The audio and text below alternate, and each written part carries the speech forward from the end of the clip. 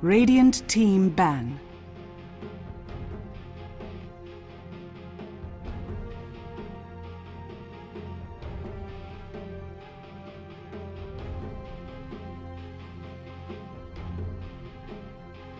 Ten seconds remaining.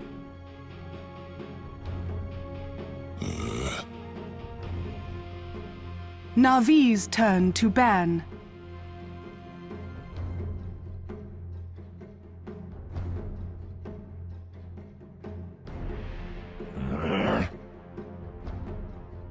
Radiant team pick. Welcome back, everybody, here to your grand final of the D2CL. I am Toby1, your host, and after our warm-up of game number 1, if you can't see by my cheeks, I'm all warmed up, ready to go. We're here for Navi up against Speed Gaming. Cloud9 is actually what they're known as, not their old names, but they're playing up right now into game number 2. We are headed. Luckily, I have a man who is also warming up with me, and that is Cinder. And man, welcome back for game 2. Thank you very much. Oops, just have to toggle on my mic in the right way. Yeah. Interesting game 1, to say the least. We kind of ran over, I feel like, almost everything there was to say about that game at the end, so... Yeah, agreed. Let's just look at this game, man. Let's just look at this one. Yeah. But so far, we're going to be kicking up. Again, we see the Lycan being banned out. I don't know if Lycan is ever going to appear in tonight's games. I think both, like, Pilot Eye as well as Puppy both know how brutal that hero can be to any lineup. He's the early game pressure with a late game option. You have to take him out. Yeah, I guess we could say Bad Rider kind of is the same kind of thing in that regard. He's kind of good in all stages of the game. Of course, not a Carrick type of role, but you give him a little bit of a good early game, and then you have arguably the best initiation in the game for the rest of the match. So it's really something to keep in mind here. Let's so I before game 1 I was talking about how crucial Visage was going to be today, and like these teams don't care. I thought, I was like, okay, I checked the last matchup, it was a week ago, they're probably gonna go for that again. Yep. Nope, no one cares about Visage. They let it pass through the bans and pick him up. They even picked a Witch Doctor over the top of it. Yeah. They're looking for a different combo, man. But then again, I don't think you would have come into this game going, yeah, have forced on Juggernaut. It's going to happen this game. I doubt that would have happened. But you're definitely seeing something here from Puppy. So Puppy banned this guy out in the first 2 in the last game. He took out Naga and EA during game number 1. But now Cloud9 said they want the Bat Rider first. We're going to get already the start of Team Global. Ancient Apparition and Invoker coming up for Navi. The question is still going to be then, how do they set up with all of this? Like, do they just look for, like, where's their jump and initiator? The Bat Rider's not there as an option anymore. So do they try and go invis? Do we see Nyx Assassin come into play? Do we look for a different style of offlane hero? I think Nyx is really good here already. I know it's kind of early to say it when the enemy team has one hero, but when that one hero is Bat Rider, it's a classic thing to pick Nyx as a counter, actually, directly to Bat Rider. I wouldn't have been too surprised to see Navi pick it in the first 2 here. And to pick it over the top of the Invoker, though, and then give a Bat Rider and Invoker combo to somebody? That's true. But then again, Nyx would have been good against both, right? He's actually... To a point, yes, but it would really start to like cripple your lanes to show the fact you're playing a Nyx this early on, because then Cloud9 could just go the other side of the ball and go, well, we'll just pick up like Lifestealer, and that'll be the easiest way they can probably deal with that Nyx Assassin. Right now, we're going to get the Templar Assassin up for Cloud9, so Sing Sing, he thought he had a little bit of extra variety during his last game, but now he's back to his Templar Assassin. Picking up before they take it out. I was actually interested to see if Cloud9 were going to try and grab the Luna 5 seconds here in this stage and just say, well, we know if we have a farmed up Luna, next ban stage is coming up anyway, so we can kill off the late game heroes. Like, just go that way. But they're not doing it. They picked up the TA, they pick up the Bat Rider, they showed 2 of their cores already. So if Navi want to be taking out these fun heroes of Cloud9, they can do so. While Pilot Eye takes out the Spectre. So kind of feels like maybe early game orientation is coming their way. I think they're just worried about the global being too much here. If Navi has a Spectre with this, like you already pointed out, I'm sure that'll be the vision, wouldn't it? If you get Spectre, if you give Spectre away with that, and then I don't know what else Navi could pick up. Like you said, the Nyx could have actually. He's a pretty good global hero as well, because he's constantly missing, especially when he's level 11 and higher. You just, the Vendetta lasts so damn long that you don't really know where he went, and then you're very susceptible to ganks. I still think Nyx would be a great pickup for Navi here as an offlaner. It's arguably top 3 best hero for Funnick. He's also arguably top 3 best player with the hero. So it's generally a really good pickup for Na'Vi to get the Nyx. And even though he's not that good against TA, because Refraction is obviously really good against it, it's not just about the heroes it counters, but it's also about the playstyle you set out for. And with the heroes Na'Vi has, I think it's a great setup. And of course, then on top of that, it is a great single hero counter to Batrider. Just run into the Firefly with Spike Carapace on, you lock him in place, and then you turn around and Impale, and you get the kill.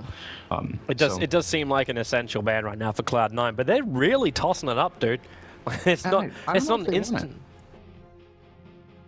Well, what else would it be? Like, unless you're just really worried about like these late game farm forever style heroes, and that kind of like it is like you can just back up with a Doombringer.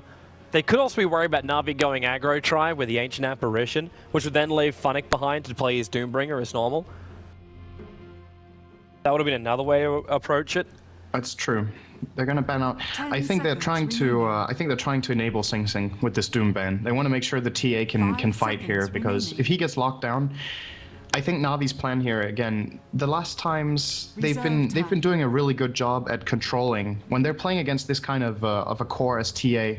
And you already have Invoker and AA together, these two heroes can really control the TA. There's a lot of slow in there with Ice Wall as well as Ice Vortex. You've got tons of different types of slows and stuns basically between these two heroes alone.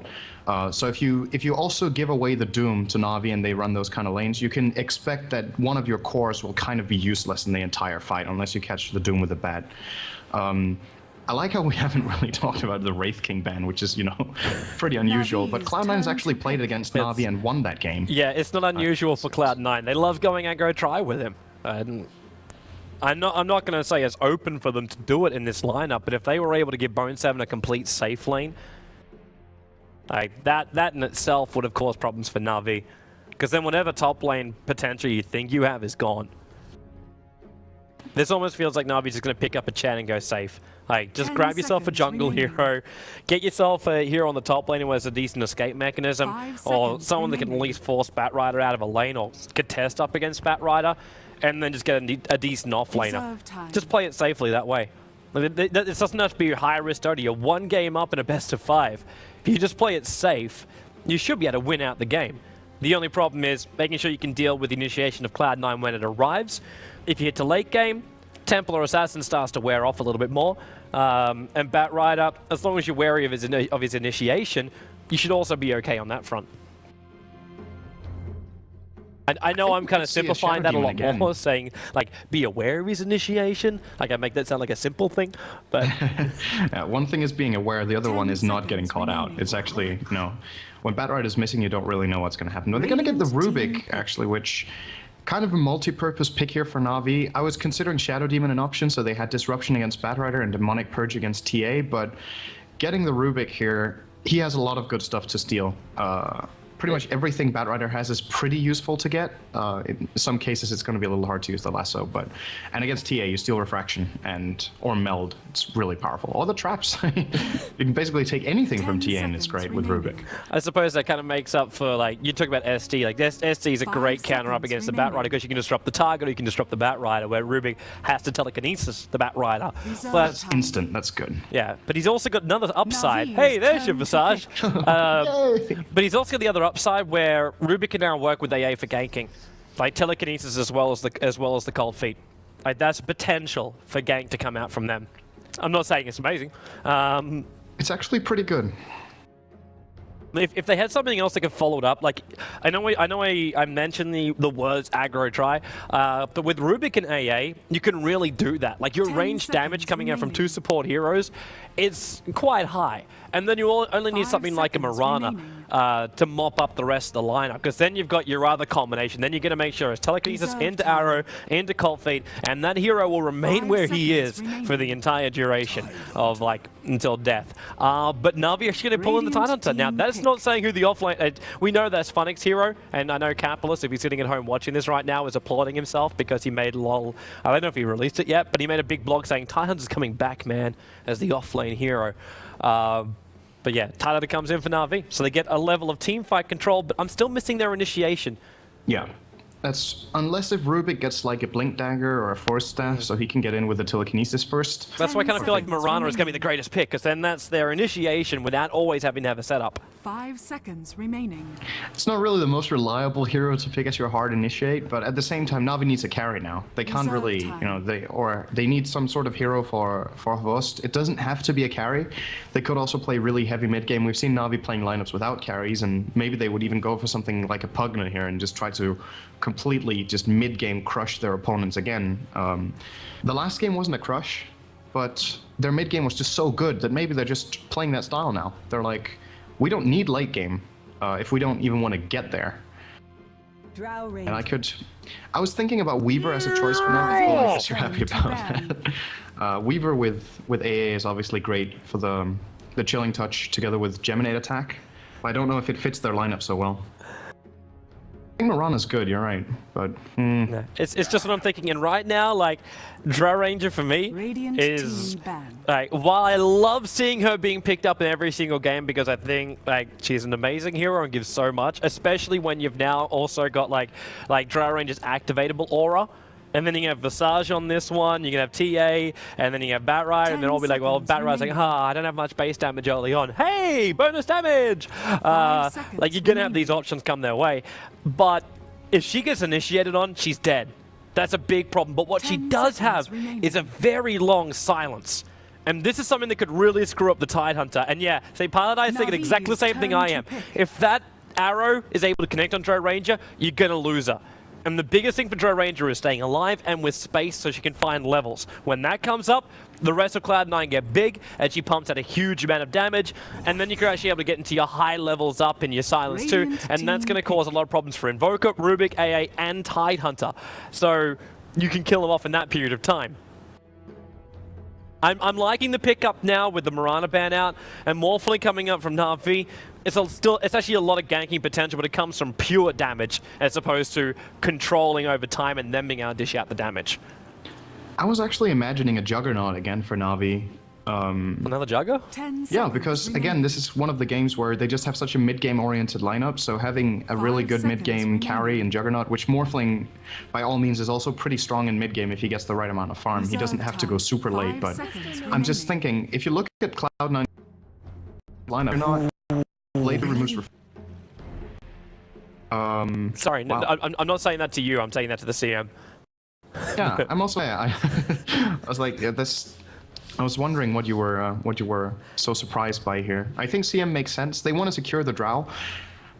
To put it briefly here, my prediction of this game is if Cloud9 gets off to a weak mid game, they just lose at 30 minutes again. I think Navi's lineup is crazy, and C9 does not have good enough team fight. See, I would look at the other side of the coin and say, if Cloud9 get off to a bad early game, then they're toast. Like, if they don't get the levels and the farm up on TA and Drow Ranger, or that early Blink Dagger, then they're in trouble going into the mid game. For the mid game, I even feel Cloud9 have the advantage. They got 10 more seconds control, remaining. they got more DPS, and they've got more ways to kill off Na'Vi. 5 seconds Like, they don't have a, remaining. like, they're still got one of the greatest initiators in the game, which is going to be the Batrider. And then, if you can get the Batrider lasso him in, and then go in for the straight-up silence from Drow Ranger, then you've got nothing really to play around with. And then it's going to come down to positioning for Na'Vi. But positioning for Prepare Na'Vi for battle. is heavily based on Blink Daggers and Force Staffs. Yeah. And for they need Tide to afford a Blink Dagger, you've got to give him the top lane solo. That's the only way I see that really happening for him. Leave Puppey, Kuro, and Vorse down the south. Find out like they want to do right now. They have 5-man smoke up and they head down south. If they can go straight, like Chilling Touch is leveled up for Puppey, this is early damage. That's what this is right now. Dendi went Exort, they want to murder somebody. If they get their first blood and they control this bottom lane, Na'Vi may even have game 2 in the bag in my mind. But if they don't, C9, the power of Drow Ranger, I don't think Na'Vi can repel it around the 20-minute mark. Even before that, like 15 minutes in. Once Drow Ranger hits level 6, you're already got a problem. Once she hits level 11, you got a major problem on your hands. 30 seconds to battle. And I this think might be Drow bias, by the way, just in case. Just in case anyone was questioning, it could be possibly Drow bias. I would completely agree, though, with the fact that Na'Vi needs to itemize to allow them to take the fights that they want. But if they manage to get those items, I would still favor them in the mid game. That's my opinion here, and I'm not saying C9 has a bad mid game, because they definitely don't. They have good initiation, they have great damage, and they have control. But I'm just still missing, I feel like there's so much pressure on Envy in the mid game here. If he doesn't land a good gust, and Na'Vi has blink daggers, I feel like the ways they can take the fight, they just have so many options. If Rubik has a blink, or Force Staff, or Invoker has that, and they just catch someone out and start the fight, how does C9 turn around the fight without getting caught by these massive AoE abilities that Na'Vi has? And on the other hand, do you think Na'Vi are just going to play a farm game and let the Drow get big? I'd be really surprised if they do that. So they will be aiming to this mid game. They can't play a farm game. If they play a farm game, they lose. Like, they need to make some impact on towers. Maybe just search for the timing for a Vorce. Like, Invoker's going to open it up early on, and that's maybe the reason why they sent Dendi north, and now try to run this dual lane in the mid between Puppey as well as a Vorce, because they know Sing Sing's going to get CS early on if he's just left to his own devices. That's what Refraction does for you. It gives you confidence to move forward and gives you the damage output to make sure you get those last hits. Problem is, Puppey can't stay here for too long, because once Sing Sing gets level 2, if he finds the right lines, then Puppey's going to start to take too much spill damage, and he'll be just forced off the lane just because of that. Even a Vorce will have trouble with that. While on bottom lane, Funnick, I know he's got these boots up already, which would give him some nice movement speed, but Aui's going to force him out of this lane. And you see what Funnick leveled up from the very, very start. He doesn't want Anchor, he doesn't want Gush. It's all about survivability. The damage reduction, he's just pushed up into the Kraken shell. It might be able to, between these two heroes from C9 on the safe lane and Crystal Maiden as well, of course, the passive ability of the Kraken Shell is strictly passive. But the Kraken Shell, what's that even called? It's kind of a purge, right? I don't know what to call that. The crack. The crack of the shell? Yeah, I don't know what that's called. I actually have no good word for that. But when he removes the debuffs on himself with the Kraken Shell, when it procs, when you're playing against a lane like this, which has heavy slows, it can give you the little bit of space you need to get away. But then at the same time, I still think if he gets caught out, he's just flat out dead. There's too many things for him to deal with now. Pilot Eye is going to see this. Tide looks so funny with a haste, I don't know. So something that big just shouldn't move that fast.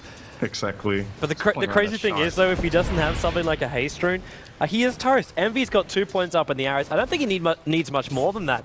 Like, it's worth... I'm actually interested to see how Envy's going to build in for this, even though Funnick is being complete and utter twit. He's running around while Pilot Eye is trying to just farm up the Wild Wing, so he's trying to leech the experience from this, which is really quite smart.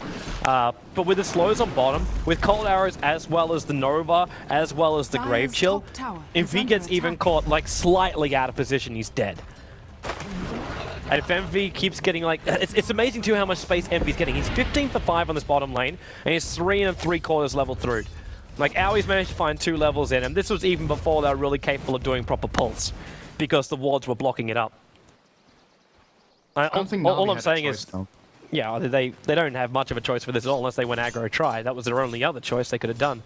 That's hard to do against Visage CN, though. With Navi's heroes, their aggressive trialing would have not necessarily been strong enough. It could have been a pretty big risk, so... If they got the first blood, then maybe it was possible, because heroes like Crystal Maiden would be easy to pick off once you have the early advantage. But you needed that advantage first. Yeah. And then the offlane, I mean, I feel like we're having kind of the same scenario as in game 1, where Cloud9 makes good laning decisions, they get off to a good start, and then, in my opinion, in mid-game, if they don't perform really well, they're gonna have a problem. Mm-hmm.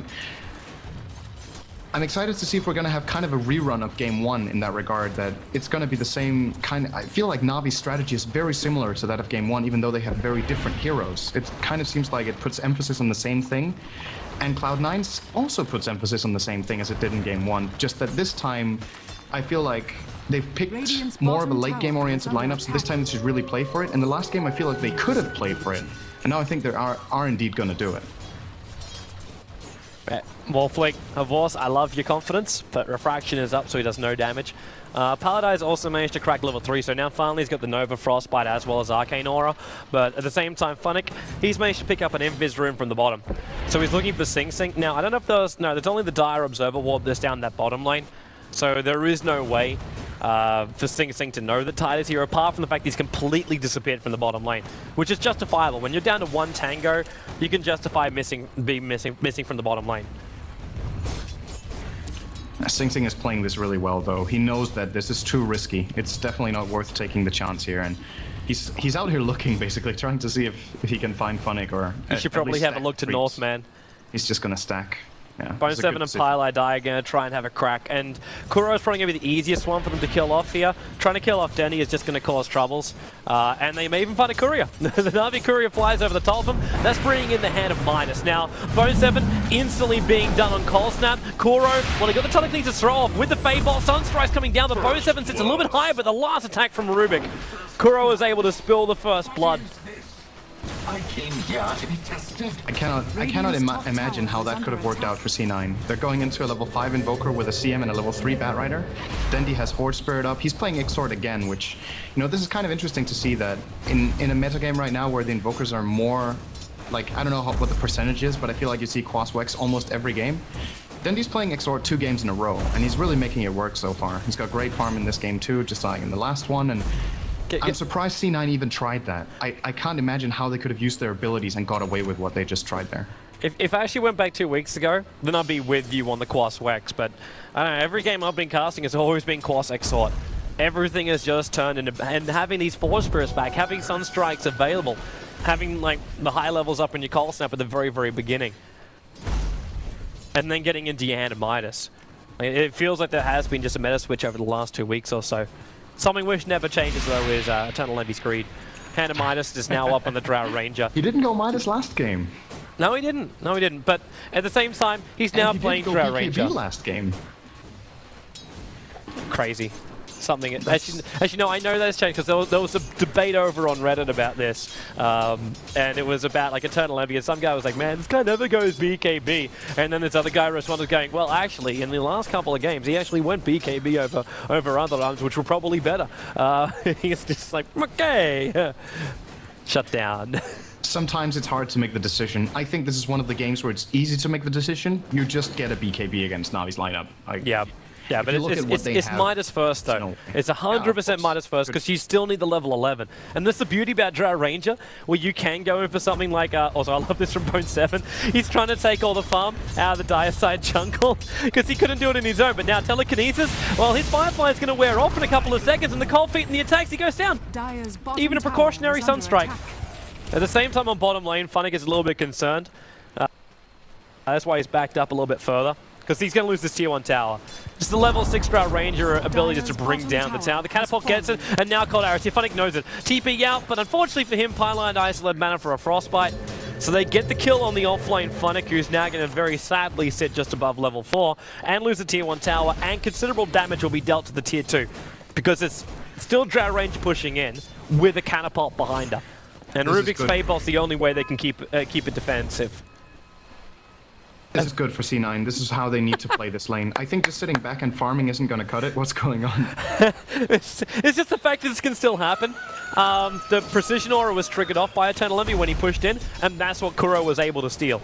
Okay, so wait, what does he steal? Does he steal the entire aura or just the active? He steals both. If you actually look through right now, Dendi has the upgraded damage, and the damage is only increased by 5, however. So I believe it still applies the same way, where it's 24% bonus damage. But right now, Kuro's damage isn't high enough for that. You know what would be awesome? If you're playing Rubik against Drow and Morphling, and first you steal Morph and go full strength, and then you steal Precision Aura, and it gives you 0 damage to your team, that would be awesome. And then you can trigger it for another 0 damage. That would be the worst spell steal you can make in the whole game. There's nothing more useless than Precision Aura when you don't have agility. It would be a 0% gain for your ability.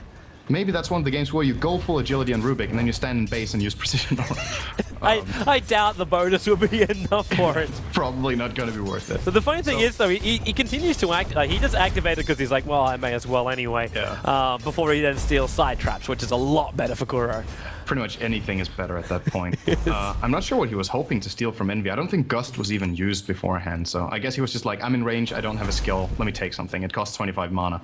And speaking of Kuro, look at the clock. He was level 6 at 7 minutes with Arcane Boots. That's...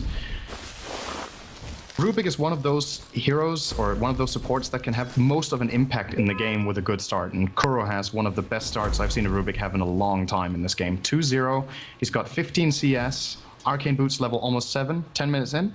Looking good. Look at Envy right now. They've already pinged him out, and in comes the supports. Both Kuro as well as Puppy, but they didn't get in range for the telekinesis, which means no, now they got it. Sunstrike was there, but Rubik just pulls him straight back into the Fade Bolt kill. TA Tramp's also being used to slow him up. And man, the level of greed coming out from these lineups is ridiculous. Sorry, we're going to hand a Midas over on a Vorst. We're going to hand a Midas over on Dendi. And then we're going to hand a Midas on Sing Sing. And a hand a Midas over on Drow Ranger. The funny thing is, though, looking over all of this, C9 can deal with that. Because by having these hands of Midases, both heroes are gaining a huge amount, and they can already find early on, because Refraction and Meld lets TA be a lot more effective earlier than she normally would be. And Drow Ranger needs level 11, so it's just that simple. But Morphling, now he's put up the hand of Midas, it's going to take him even longer to find that farm, and Invoker's got nothing else really to give at the moment. But he will transition just as well as probably the Drow Ranger will later on, just because of the level increase. I think this whole, as far as this whole Midas thing goes, I feel like it's, to me, this entire game is a timing game, where the teams have two different times of the game when they're really strong, and so far C9 being ahead by 2,000 gold, they're surviving through the game, the part of the game that for me is going to be the most tricky one for them, which is the very early game and the early mid game. Well, look, they're already trying and change around the early game. We're 11 minutes in and a 3-man smoke with Eternal Envy and Bone 7. They want this Blink Dagger to find a kill. And the Observer Wall, which is deep inside the Diaside jungle, it might just be what they need. If they can get a kill on Dendi, they make him really pay for having this Midas. Right, before he gets his Blink as well. Yep, he's 2k goal on him, and now Blink Lasso. Envy, he may as well use the Gust on this one too. He actually does it. So it's a little bit of a silence time, and it's going to make sure Pilot Eye can escape from these Forged Spirits, because they're causing some problems, but then Envy just farms them up anyway.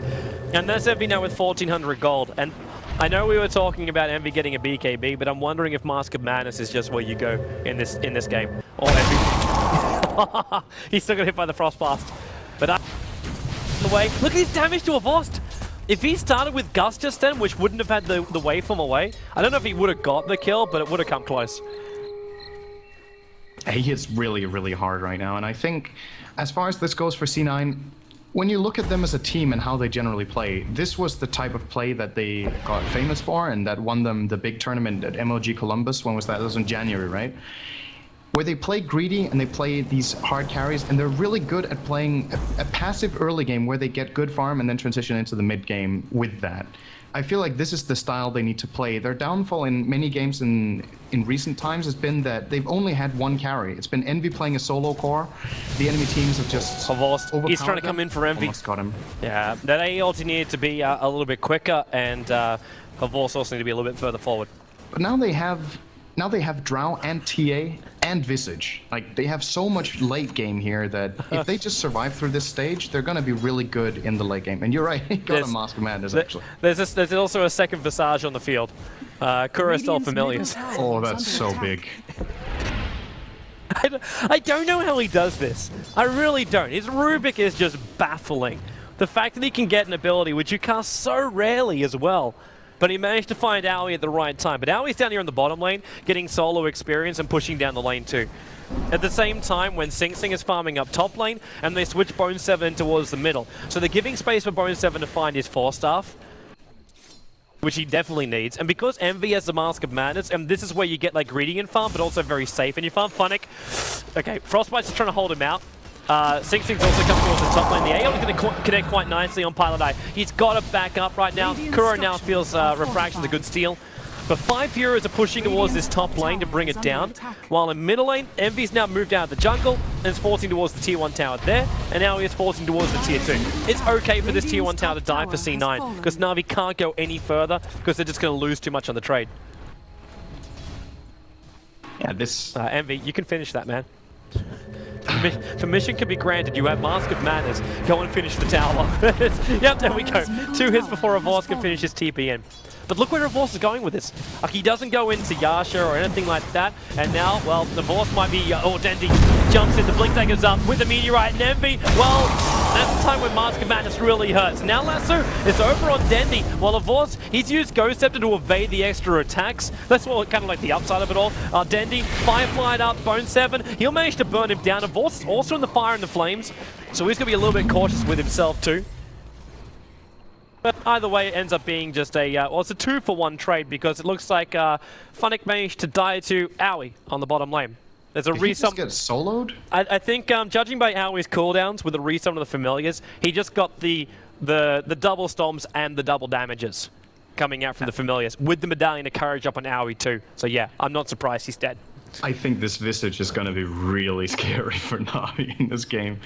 He's 1500 away from the Ags. He's got level 9, so we're probably going to see the good timing. This is what you always want to happen with Visage. When you get Ags, you want to be level 11.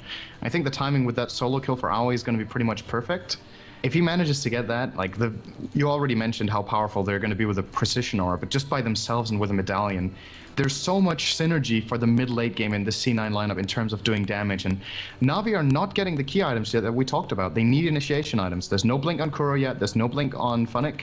Dendi has his, but he's probably the least important of those 3 heroes to get one on. Sorry, I was just double checking something over on the side. It appears we're having some problems understanding how many people are watching this broadcast. Our API is reading out the 22 people are currently tuning in. To those 22 people, I love you. So wonderful Multiply game. that by about 2,000, then we have it. Yeah. Actually, while I've actually got a lot of people on here, I don't know if people know this about how close we are. If you look down the bottom right-hand corner of your screen right now, there is $124,000 and $177 USD prize money for this tournament. So much of it also has been raised by the community, which is absolutely awesome. Funny thing is, though, if we get enough people to go on there and buy just a couple more tickets, it's not much. I think like a grand total of 100 people, not even that, have to buy tickets for this event, and we hit $125,000. You actually get a 1v1 solo mid-competition. That's the stretch goal. We've been sitting short of it for a month now. So I just want to reiterate that during the grand final, if you want to look at the old games, maybe you're also looking for the punch set that comes along with the ticket. If you'd also like a 1v1 competition, just get a couple of friends to buy the ticket, push us over the 125k mark, and we get a 1v1 competition. I just want to put that one out there. See, maybe out of the 40,000 people that are currently tuning in. Sorry, 22. If it's possible. 22 people buy 100 tickets, then we're there. It's so simple. It's so simple. Is under attack. Oh boy, this is looking so good for C9. Wow. Okay, Kuro just. What did he steal again? He didn't steal anything. Oh. Okay, so when there was a replicate made, oh yeah, it's because of Kuro's set, right? There's an animation bug with that. So when you make a replicate of him, that animation bug comes too. So there's a lot of those red X's when the replicate of him was made. But see, I didn't have that. This game from C9 has been completely different from the last one, in my opinion. Not in the sense that they're not winning as much as the last game, they're actually winning more. It's just, to me, it seems like they've got the game plan much more nailed down and that they've analyzed the situation better than in the last game. They're getting the farm, they're expanding their lead, and Navi are not finding anything on this map apart from the tower they've taken top there. And that's nothing. Like when you're pushing up against the power, which has been displayed by C9 up at the top, one tower is not enough an advantage because you're gonna lose 3 towers for your advantage you gained. And Dendi's gonna stay completely clear of this top. Completely isn't getting a blink. He's getting a mech. Navi think they need this teamfight item more than the blink dagger. With a blink lasso, they got Dendi. Drag it back, give a bit of a gush. No, not even needing the gust. The meteorite will burn up on Bone 7. You see the ultimate irony in that too? Oh, AA ulti. I don't know if that's enough damage or not. Yeah, don't go into that camp. Dire's structures. But he should be able to survive. In the meantime, looks like Morphling has also died on the bottom lane. He traded with Aoi. He traded. He must have come under the tower. Like, you're trading with a support hero for your main mid carry. This is just not a support hero anymore. No. It's almost like, pretty much who was the player recently that did it? Because I know you guys did it, like back in the old days of your competitive career. We ended up having like the mid-solo fader was the Visage, but someone did it recently, I know, because I cast that bloody game. And I can't remember who it was that did it. Oh, a solo mid-visage? Yeah, it was a solo mid-visage return. And I can't remember if it was actually C9 or not that did it. But it was definitely someone who... It was Hani! Of course it was Hani! It was Hani that did it recently. Did they win that game? Yes. Who was it against? I don't remember, but I'm sure Nahas they're can pretty throw us good, the I heard. stats.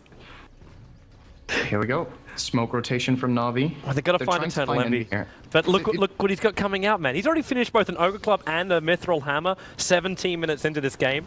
Even if they kill him now, they're not going to stunt his growth. Oh, Kuro, there's a jump in. Yeah, they've got him. There's definitely no doubt in the mind here that they've got him. But then TA traps, Pino with the Nova, Kuro, he is basically walking this so slow. Aoi will resummon up on the Familiars and you're gonna see the damage output. This is the reason why Aoi's able to get like solo kills out. I don't think he wanted to summon up just then though, because he's still 200 gold short of his Acronyms. So he can't get that Acronyms up to full birds up for another like 2 and a bit minutes. Still gonna be just fine. I think just the way the game has gone so far already, I think C9 can be a lot more relaxed about this. Even though the Drow just died there, just the fact that Tide had to go for the mech, felt like he had to make that choice, is gonna make it so much harder for Na'Vi to find the fight that they want. And it's also possible that they... But Oh, there it was. it was actually versus Na'Vi. Last December. Okay, that's a long time. That really was it that long ago? I remember it as though it was yesterday. Yeah. Oh, Sunstrike, Pilot Eye! all- Oh, and maybe... No, it's not enough. It's not enough. Pilot Eye Still has CP the back to TP base. backside. You know, this just sucks. You're like full HP, you're going to check the rune, you lose 4/5 of your health. Oh well, here we go again, back to base. That's kind of like the global part of the Na'Vi lineup, which we didn't talk about. Like, we were talking about at the very, very start of the game, like that Invoker as well as AA combo. But we never really saw much more apart from that. Like, the lineup never really pushed towards that apart from Morphling Replicant. But they're going to try and jump in and get themselves an extra bit of an advantage here, and that's going to be on Roshan. But at the same time, I'm looking at almost 2 BKBs being completed. Sing Sing's got his. If they work out what the hell's going on, just a TA trap inside the pit, and there it is. Na'Vi's been revealed out. The Sunstrikes are on their way in, but it's over on Bone 7. Actually put his Blink Dagger on cooldown when he got attacked just then. So he has to wait it up. He's doing his Blink Dagger back off cooldown, and Na'Vi is just, they're turning. But the problem is, if Drow Ranger just goes inside the pit, she's got it. But look how Envy's approaching. It's like, why do I want Roshan right now? He can take a solo mid-tier 2. He's level 11 on this Drow Ranger. 19 minutes in. Na'Vi's going to finish with Roshan, but they're up against Familiars, they're up against Batrider. Firefly might be on cooldown. Funnick, he was holding the Ravage, and now, well, he has no reason to use it. It's just Pylite Die going down. Familiars are up. Templar Assassins managed to pick up the Rubik, and Funnick, he's silenced. They've got to kill him off. The Ravage will get off in time. Ghost have to put a little bit more space there for Revorce, but now they come in a little bit closer. Well done to Beto. It's a freaking huge name. He bought a ticket. But 3 people for Na'Vi are down. Now Batrider got the lasso. It's over on Revorce. Pylite Die, Frostbite still on cooldown, but they got the gust off from Eternal Envy. There was no way to wave out. There was nowhere to go. And that's now going to be Roshan going the way of Templar Assassin with the Aegis, the model her way. 11-7 on the board, and not lose tier 2 tower in mid. And this might be the reason why Na'Vi banned Visage every game in the last series they played. And now they didn't do it. In the last game it wasn't even picked, but in this one it was picked for C9. I feel like when Aoi gets this hero, C9 just plays... They can just play so relaxed. There are a couple of heroes that I feel like are really scary to get to C9, and in my book, Visage is one of them, one of the most important ones. Man, look at the triple Familiars come in. Nice hit from Kuro. Use the Meld to get himself in there before the Familiar drop down. Sick come on Dendi, and they're going to 4-star him away. They know they can't keep him in close, but Aoi caught in the Ice Wall, caught in the Sunstrike, and now with the silence, Kuro blinked himself out. When he was silenced, he couldn't meld, he couldn't telekinesis, he couldn't Fade Bolt. He wasn't ready for that. Perfect gust time from Envy, and now Revorce, he's going to shotgun down Envy at the back end. Bringing it online, the Aeon is flying out too, can hit on Sing Sing, Dendi comes out too. Familiars actually ended up just shattering in the middle of this fight. Na'Vi, they're repelling C9. They've lost their major DPSer. And now even getting blocked up by his own creep wave. Funnick actually missing on the gush, but a Force will come in. He's got the Tap Strike available, but E-Blade also still on cooldown. Sing Sing trying to fight this one up. The Sunstrike is able to nail on Visage. They bring him down. Now Batrider rejoin the fight. Oh, his own BKB up and running, controlling up Dendi. Sing Sing will die, but only the Agency model while pumping. He's getting focused down by Bonestone as well as Pineline Die. Funnick's in the middle of the fire and the flame. Sing Sing, TA Trap slowing down the Force. He's got enough bottle charges in a moment. 3 mana away from having a waveform, but he can't TP if he uses it, and he knows it as well, but he can't battle up against Refraction, so he jumps to the replica back at base. Didn't realize he had that one for an escape mechanism, but C9 came back in. 3 BKBs pre-22 minutes. Not bad. They just have so incredibly much farm. That last fight, it doesn't feel to me like a 14,000 gold game, but when you think back on the item advantage C9 has, it's not really that surprising that it is in fact that much gold. Yep. They've got so much more out of the map, and Na'Vi, as I mentioned, they had kind of this point in the game when if they were able to find a fight, they would be stronger than C9, but C9 just never gave them that fight. They kept picking them off with the Batrider, kept just split farming, and Aoi got like 2 solo kills with his Visage and got an Ag Scepter at, what was that, 17 minutes or something? Like, if you're fighting up against that kind of stuff, then it's going to be, this kind of mid-game lineup is just not going to pull through for Na'Vi. I think I would be absolutely shocked, only if they were behind by 5,000 gold.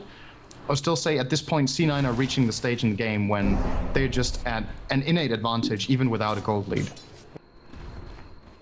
It's uphill. Like, it's uphill and it's a very steep hill and you got no locomotive. That's what Na'Vi is currently facing right now in my mind. It's just too much of a C9 terrain coming through the bottom. But this looks like the last roll of the dice for them. Like, it's the only way they can really approach this. Like, TA Trap just went down. They couldn't kill it in time. The AE ulti was also just used. So they got a 30-second window once this wears off, which is now. And with a new, fresh set of familiars up and running, they're ready just to attack bottom. And the familiars are going on a flanking trip.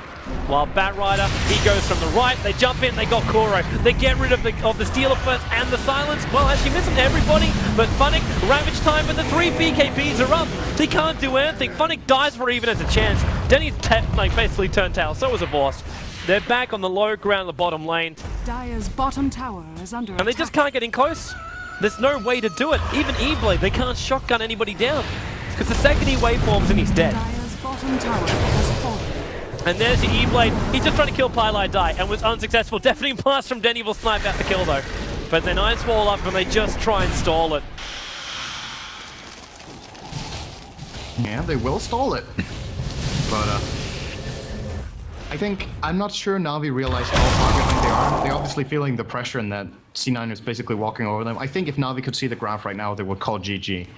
But they still feel like they might have a chance here, based on getting that amazing team fight, which I still don't see them getting without a blink on Funnick. With all the BKBs on C9, the only way they can get the team fight they need is with the surprise factor of coming in with a blink instant ravage on multiple targets, but that's not an option right now, and if C9 doesn't want to push, they don't even have to. They could just keep farming the map now, get even bigger advantage until they feel confident with going high ground, which I don't think it's going to take them long before they're going to go there. No, the only thing I think they're waiting for is the extra damage over an Eternal Envy.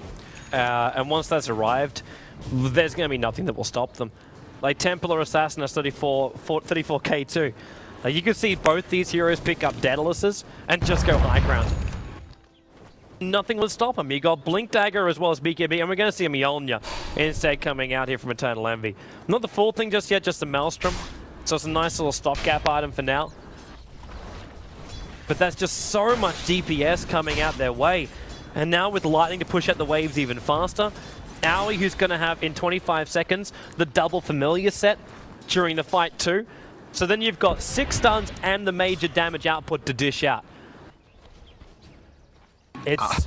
I honestly don't know how Na'Vi can repel it. And like, what have they got to play with? You look through their support heroes and you think, okay, logically, how can they try and take a fight?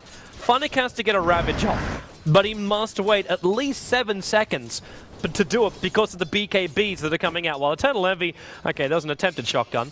Not the full shebang, because it looks like he got silenced up. But yeah, you've got to burn through the 7-second BKBs, or wait out the 7-second BKBs.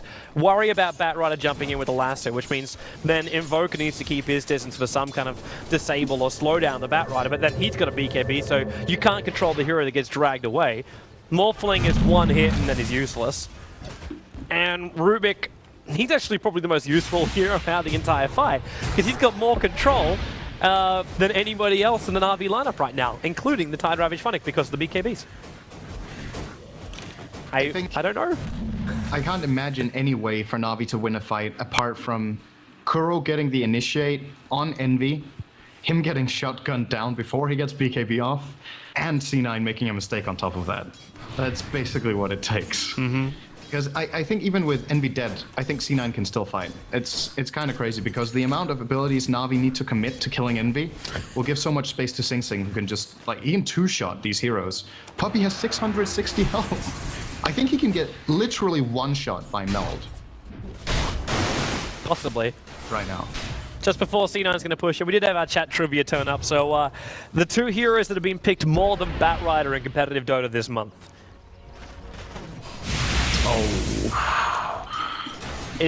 Picked and banned. He just said picked. He just said picked. We'll come back to a Bone 7's about to jump in middle lane. BKB and then got Funnick.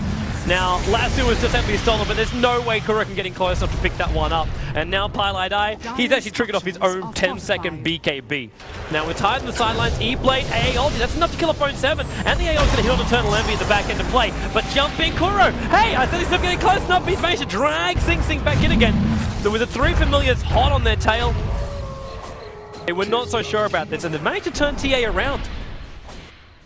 TA's been stolen by a Vor, so he's now recruiting Sing Sing for his own evil causes. Yeah, but back to I'd be sick if it was the real Sing Sing he just got there. But back to our trivia, man. So 2 heroes. I want to put AA up there as the first one, even though I know he's been banned out a crap ton. I think he's been picked probably more. You said AA? Yep, Ancient Apparition. I'm gonna say Invoker. I think he gets picked enough compared to being banned. I'll be down with that. I think Batrider was 3rd, and the reason Lycan isn't higher is that he's banned so much, for example. And Naga is banned a lot as well. I'm wondering about Ember Spirit in this mix-up too, because I know Ember Spirit's been really heavily banned in the last like 4 to 5 days, but before that he was slipping through every single time. Like he'd have to be like on a 100% bad pick. Actually, probably not 100%. It'll be like 95% because there'll be other teams that...